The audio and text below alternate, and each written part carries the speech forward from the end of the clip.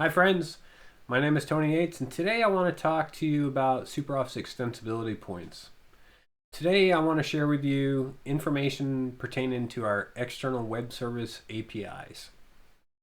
Now, the web services are provided by an application that we call NetServer, which is much more than just web services. So first, allow me to show you the complete NetServer stack to provide a little bit of context. NetServer is a term that's used to describe a multi-tiered platform, really, that includes from the ground up a database access layer and a service-oriented architecture for protocol-specific services that, of course, facilitate communication between your clients and the SuperOffice database. That means that NetServer contains both lower level classes for managing database access, as well as high level web services for client level data access from anywhere in the world. At its core, NetServer has many plugins and extensibility points, but I'm not going to cover that in this video. Our future plan is to move mainly to the cloud, so there's only the information that's up on docs.superoffice.com that talks about that plugin architecture. The different database access tiers, though, are at tier 1, there's Objectified SQL, and this is an abstraction of SQL-like classes that depend on ADO.NET for communication.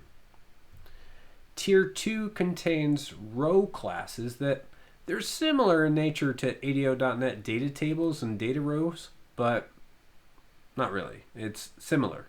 But they do work at the database table and the row records level.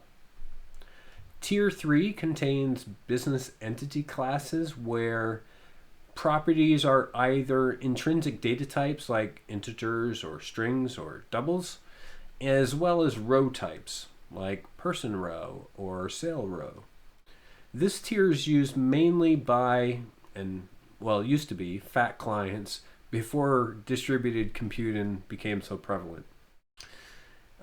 Tier 4 is a typical service-oriented architecture. It's where we implement the service agent carrier pattern.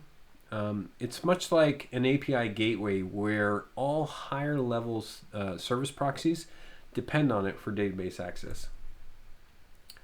And then that brings me to tier level 5, and this tier is responsible for exposing all agent endpoints as protocol specific endpoints, which of course clients use to exchange data with the application server.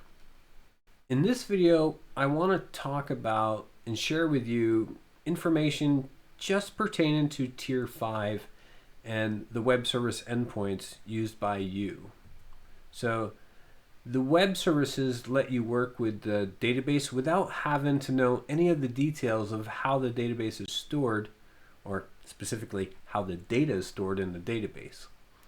The service layer presents a high-level API where all of the hard work of the language, decoding, security checks, database selects, and joining tables, all of that stuff is handled for you.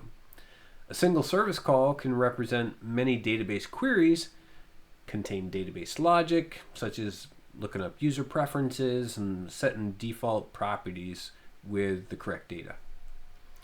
All SuperOffice CRM online applications depend on NetServer for data access. And specifically nowadays, all of the applications use NetServer web services. Today we support 3 unique protocols. The initial offering was SOAP Web Services, released in around 2005, and it's built using .NET, which means it's implemented using Windows Communication Foundation as the server-side tooling. Some years later, SuperOffice used ASP.NET Web API tooling to expose the service agents as both HTTP RPC endpoints and RESTful web service URLs. Now, remote procedure call and REST are 2 distinct architectural styles for API design. HTTP RPC is a means by which service endpoints are exposing a procedure call, also called a function, and it's used to develop web services using the remote procedure call metaphor.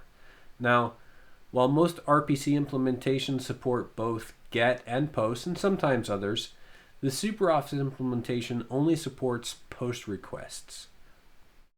Procedure parameters that are submitted either by query string parameters or body content as JSON, depending on the method that you're calling.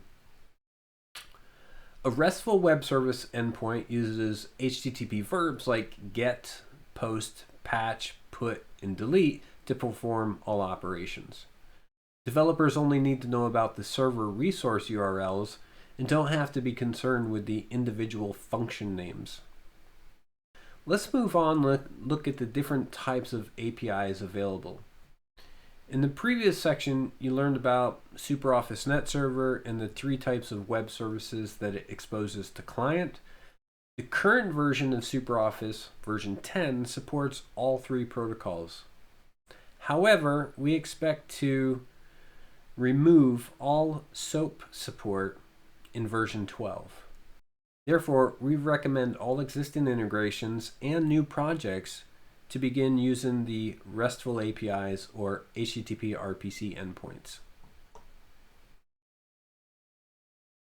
Probably the most common requirement for any integration is the ability to perform a search.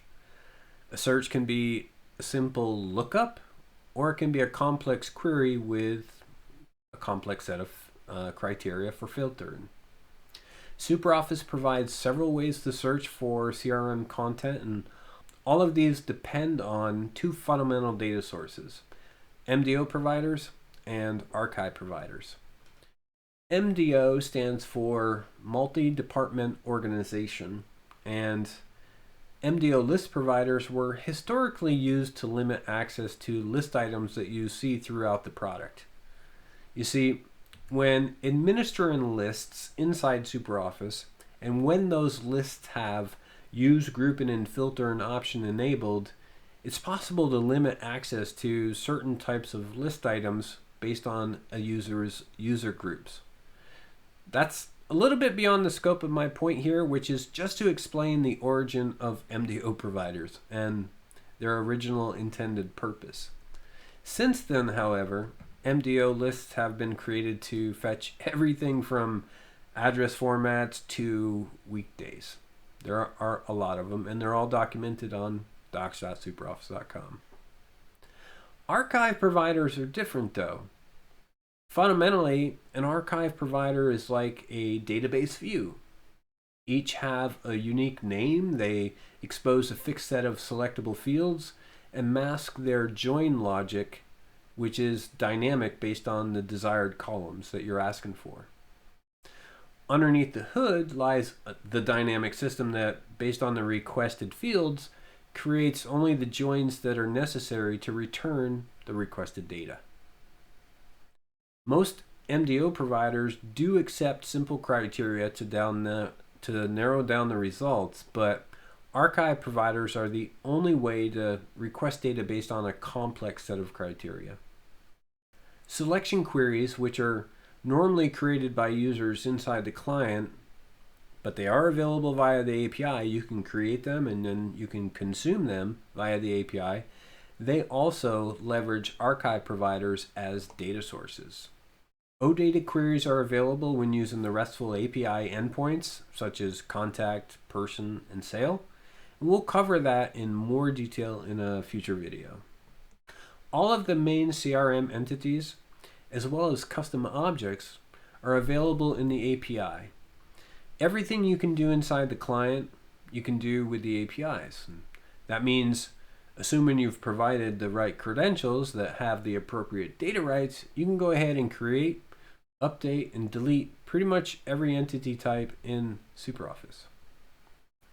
Nearly every endpoint has a create default option that pre-populates the corresponding data structure with default data that's pulled from user preferences that are either personal preferences as well as system preferences set by the administrator. And the response to a create default call returns a perfectly formed instance that can be altered, such as set in a company name, and then you take that and send it back to the web service endpoint to be saved in the database. Using the create default pattern, if you will, it's a very consistent entity lifecycle pattern for performing all CRUD type operations, and I'll go ahead and cover that in subsequent videos. Next up are the configuration APIs, and these are APIs that are generally reserved for provision and customizations into SuperOffice. These things include, but are not limited to, things like lists and list items, preferences, webhooks, and custom objects such as user-defined fields. Unfortunately, as of this recording, we don't have the APIs to provision custom tables. You still have to do that manually inside the service client. However, being able to provision custom tables via the API may come in a future release. We also have endpoints to support mass operations that provide a way to perform bulk operations, such as bulk inserts and updates. There's the Foreign App Agent API, and it's a common API used to store relation-centric information about SuperOffice entities and external system entities. This data resides only inside the database, and it's not exposed in the UI anywhere, so it's a nice way to hide the connection of things between disparate systems. There's more to explore about each one of these, but I think that will have to do for now. In addition to our standard APIs for normal use, SuperOffice for years has supported custom ERP synchronization and quote connector plugins. They're not really plugins, they're external service endpoints that partners host that SuperOffice calls to perform these types of operations. ERP sync connectors are used to synchronize company, contact, and project changes between SuperOffice and supported ERP systems. A handful of our partners have implemented these types of connectors for some of the most popular ERP systems out there. Many of them can be found on our SuperOffice App Store. Similarly, with quote connectors, there are several partners who've built and support quote connectors that plug into SuperOffice and facilitate additional product, quote, and ordering sources inside SuperOffice. It's important to note, remember I mentioned that we intend to remove all SOAP support for our APIs in version 12? Well, that may or may not apply to ERP Sync and quote connectors. These plugins or services, they have yet to be vetted while we determine how ambitious we want to be for version 12. More information on that as it becomes available. And that pretty much brings us to the conclusion of this presentation. I've covered SuperOffice NetServer. We've looked at the application server and web services that it provides. I've talked about the availability of web service protocols, the various APIs available to build integrations with, and in subsequent videos we'll discuss and demonstrate how to use these APIs and help you get started building integrations with SuperOffice. Until then, thank you for watching, and we'll see you in the next one. Bye.